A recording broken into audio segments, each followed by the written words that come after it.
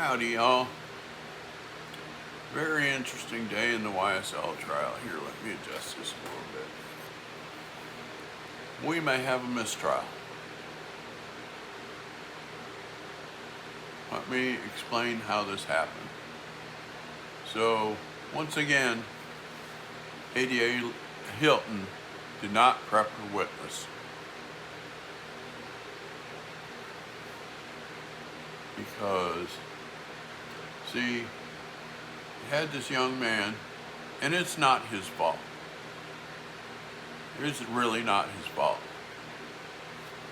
She handed him, see, they had this thing like a laptop in front of him, and it had Instagram posts, and he's supposed to read off of the screen what the Instagram post says. Well, Ms Hylton handed him a paper that had the Instagram post on it, but it was the original. It had all the redacted stuff on it, unredacted. And there was this spot at the bottom where they have the hashtags. One of the hashtags said free Quay, which Hylton had agreed to just like 10 or 15 minutes prior, that she would take that off, that would be redacted, that would not be read to the jury. And she had that up on the screen, and she had handed him the paper version, which had the unredacted form, and she told him to start reading, and she said, read the next hashtag, read the next hashtag, read the next hashtag. And when we got to the bottom, it said, on the paper form, it said, free Quay. So she said, read the next hashtag, and he said, free Quay. Ms Westmoreland stood up and immediately asked for a mistrial, and she went on how that this was not new in this trial, that the state does this all the time, and that this was the second time today this had happened, so that we feel, which I'm in agreement with Ms Westmoreland, that they were goading a mistrial. And the judge, something that was brought up in one of the chats that I follow. There are several that I follow. Cat Not Williams. I'm not a lawyer, but Mallet, I'm not a lawyer, but. And the lead attorney in AB to the 7th power. And I think it was Mel brought up that today is the 150th day of this trial. Tomorrow will be the 151st. Judge Glanville was recused on day 100. That means Judge Whitaker has had this trial for 50 days today. And in 50 days, here we are looking at a mistrial.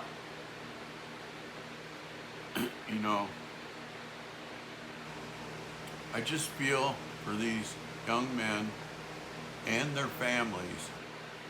See, YSL is a record label. The record label is owned by Jeffrey Williams. What I see I've been watching this trial since January, and what I have seen is going on is that individuals around Jeffrey Williams are going out and committing crimes and then coming back and meeting up at Jeffrey's house. That does not mean that Jeffrey's a ringleader, that Jeffrey's telling them to go do it. They're just going out and doing these crimes and coming back to his house. That's what I've seen so far since January. There is zero evidence that I've seen that Jeffrey Williams is guilty of anything but being a nice guy with a gifted voice, and that he takes and gives back to his community. When he earns money, 50% of his money goes back to his community. Yet you have Fannie Willis saying that he is a leader of a gang, that YSL is a gang and that he's the leader. Well, I beg to differ. See, two things can be true. Let's go down this rabbit hole for a second. Is YSL a record label? Yes. Is YSL a gang? Yes, but they're separate. The gang YSL was started when Jeffrey Williams was 9 years old by a guy named Mondo. Jeffrey Williams started a record label named YSL. He's a famous rap star. He goes, to Miami and Atlanta and all over doing music videos, but he's had to sit in jail for the last 2 years because of this BS. And I'm telling you, I see where he has done nothing wrong except try to be nice to people.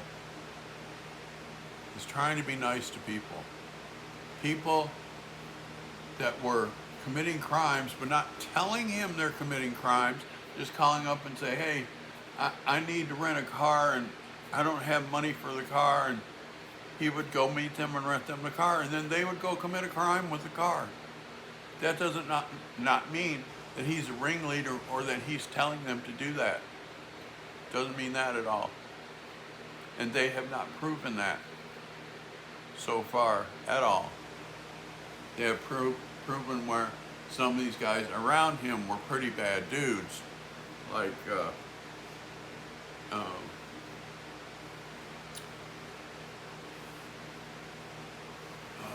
Quantavious Zachary, that's his last name, Zachary. He was facing 186 years in prison. Ms. Love gave him a plea deal, boom, bounced him out of prison, and then he has, Mr. Zachary has sickle cell anemia real bad, and so this is how evil she is. He could not come and testify because he was in the hospital getting a blood transfusion, and she did not believe him, so she put out a material witness warrant and tried to have him arrested leaving at the hospital, and then ended up, when he was leaving the hospital to go see his girlfriend on the weekend, she had him arrested and put in jail. That's evil. That's just plain evil. People are human beings.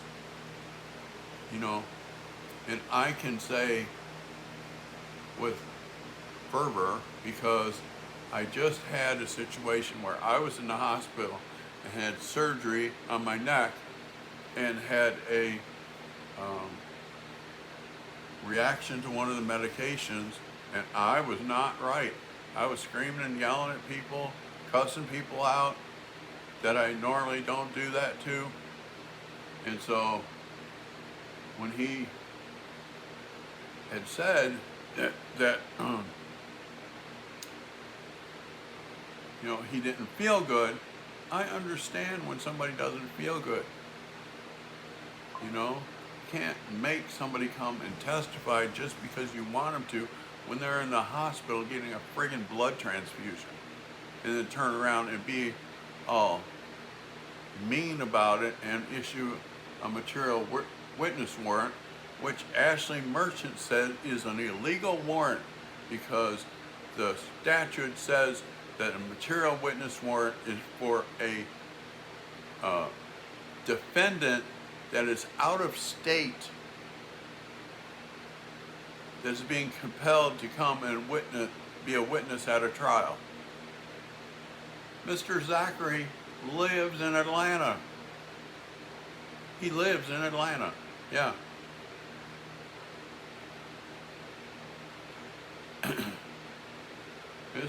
Miss Love is something else. What she did to Mr. Sledge, just evil. I mean, just evil. His mom was sick and dying. He was in jail. He needed to go be by his mom. So he was willing to take a plea. His lawyer negotiated a plea, and then before he signed the plea deal, Miss Love added in part of what his lawyer had said that they found to be not true. That's how evil she is. She added in a whole statement number 8, that Mr. Sledge and Mr. Sledge's attorney said that was not true, that needed to be removed. So she removed it that night. When he went to sign it the next morning, she had added it back in. And when he was testifying a couple weeks ago on the stand, he told her, he said, I'm going to testify to my truth, not what you think my truth should be. And then he told her that this number 8 was supposed to have been taken off. And so because of that, she revoked his parole, because he pointed out to her that she made a mistake. She revoked his parole. She revoked his parole. They had the hearing last Friday. And Judge Whitaker did not buy into what the state was saying. Judge Whitaker could see where, some shady stuff went on. And so she said, well, I'm going to treat this like it was a perjury, because he did make some misstatements on the stand. She said, perjury, I could give him 10 years, but I'm not going to. He's proved that he's turned his life around, that he's walked away from crime, started his own business, has a family. So she said, I'm just going to give him 5 years, and he's done. Which, the comments she made after she said that, if she had stopped right there, I would have been saying, good on you, Judge Whitaker. But then she said, and Mr. Sludge, I hope this doesn't send you down the wrong path, because you're going down the right path. I hope it doesn't turn you the wrong way. That kind of ticked me off, because that's a very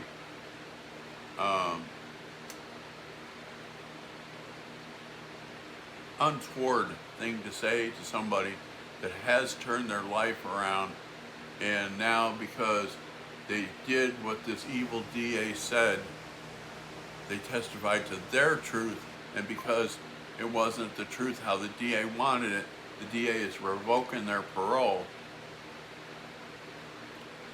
For her to say, I hope this doesn't turn you the wrong way. That's kind of sinister, isn't it? Do y'all agree with me on that? That that's sinister? And I do agree that this trial should end in mistrial, but I think it should end in mistrial with prejudice, because the state has been goading this mistrial and pushing things and sloppy, and like this witness today and what he said,